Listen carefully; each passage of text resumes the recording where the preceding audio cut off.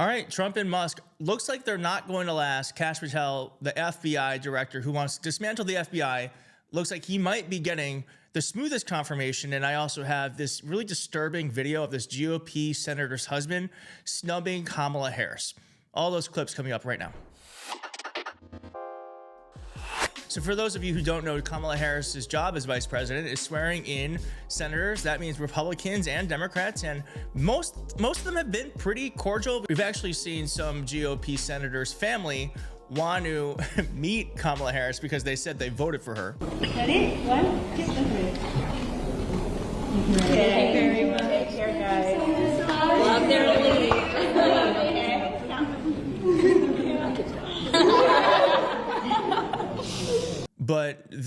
But what happened earlier today to me was just so disgusting. This Republican senator's husband refused to shake the hand of Kamala Harris, wouldn't even look her in the eye. I've got some responses on that, but first I want to show you the clip, and I want to hear what you think. Thank you. Congratulations. Thank you. Thank you for your work. Thank you. Congratulations to you. Thank you. Okay, you're welcome. Okay, sure.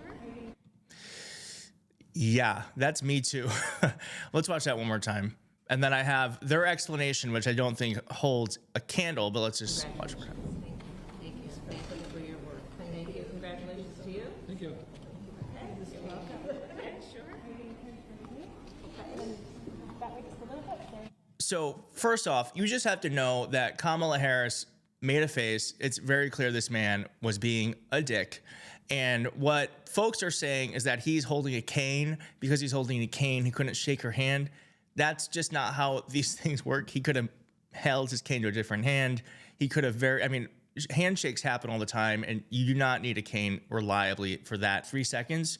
So this is very clearly this guy being a dick just to be a dick. And this to me, honestly, is just MAGA personified. They're a bunch of sore losers, even when they win. Is there such thing as sore winners? This man is a sore winner. Like, you won. Can't you just be gracious? Like, she's being nice. We're all, ideally, we're all supposed to be here because we all want the best for the country. We might have different ways of going about it. For instance, it's January 6th. I wouldn't cause an insurrection, but that's their side. But if I don't know, if I'm just trying to think, if I won a Senate race and JD Vance swore me in, I would shake the man's hand and move on with my life. It's just so obnoxious and unnecessary. Moving on, let's talk about Kash Patel, who Maggie Haberman was on Kara Swisher's podcast. We know who Kara Swisher is. She's a prolific reporter who knows everyone from Elon Musk to Mark Zuckerberg and truly anyone in between. She's interviewed some of the most important people in the world. And she brought Maggie Haberman on to talk about Trump 2.0, and Maggie gave some great insights. One on Kash Patel, and then a little bit more on Elon Musk and Donald Trump's really fraught relationship. Let's just get right into listening. So here she's talking about Kash Patel, who she thinks is going to have the easiest confirmation out of all of the crazy people Trump has nominated. Let's listen.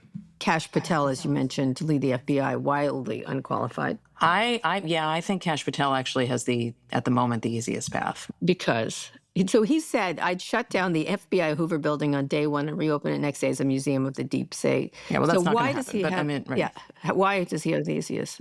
A couple of reasons. He's worked on the Hill. A lot of these folks know him and like him. A bunch of Republican senators have gotten fairly radicalized about the intelligence agencies and about the FBI and law enforcement agencies.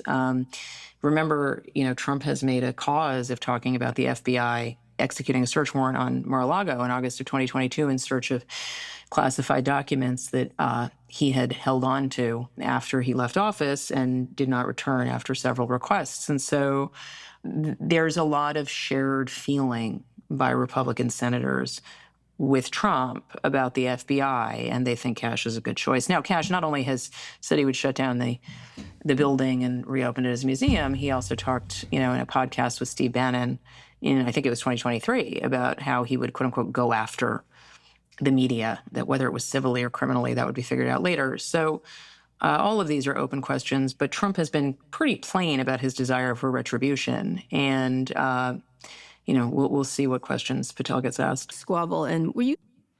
So for that part, I just want to say that it is so strange to me that it's just a normal talking point on a podcast that the president of the United States wants to go after his political enemies. And they're like, we'll see what happens. As if it's just another day. You know, it's as if like the president of the United States says that he wants to expand healthcare. It's like the same level of normalcy as that. Like, it's just not normal for the president of the United States to have enemies list. It's not normal. And it's especially not normal for someone like Kash Patel to be in our government. And it's very scary if you were to get the job, because we will have a weaponized FBI, 100%, ever so closer to Russia, an authoritarian country where the president picks the winners and losers. And the rule of law doesn't really exist. All right. And then one person who might not be getting past Mar-a-Lago is Elon Musk. And I actually thought this is really, really telling. Maggie Haberman has some actually pretty good insight on the relationship between Elon Musk and Donald Trump. And apparently Donald Trump hates the President Musk thing. Let's listen. Surprised by the ascendance of Elon? I was not, because Elon Musk has an enormous amount of money that he put to use helping Trump. Trump equates wealth with intelligence. So this hasn't surprised me at all. How long it lasts, I think, is the open question. A longtime Trump friend said something to me recently about how, Trump is a one-ring circus. I'm not sure that Musk has figured that out yet. Right. And, Trump does complain a bit to people about how Musk is around a lot. Privately, Musk, Jonathan Swan and I reported recently with Ryan Mack that Musk has been staying at this cottage at Mar-a-Lago that rents typically for more than $2,000 a night. So he really parked himself in Trump's face. But what that looks like, Kara, when Trump becomes president, I don't know. I mean, Musk is leading this government cost-cutting initiative, DOGE, and it's not novel to have a government, cost-cutting panel. Some of them work and some of them don't. And so let's see what this looks like when the transition, which is currently based in Palm Beach, moves to D.C. for the inauguration. Will he move into the Lincoln bedroom, for example? So Elon Musk, Donald Trump's getting sick of Elon Musk. Folks around him are getting sick of Elon Musk. And Elon Musk has literally essentially bought a room in Donald Trump's home and won't get out of Donald Trump's face. This is not going to last forever. This is the one silver lining out of all of this nuttiness is we know, like, who has remained in Donald Trump's orbit? Who? Melania? Barely? I'm just trying to think of who else is, like, Steve Bannon, I guess. Steve Bannon got kicked out of the White House.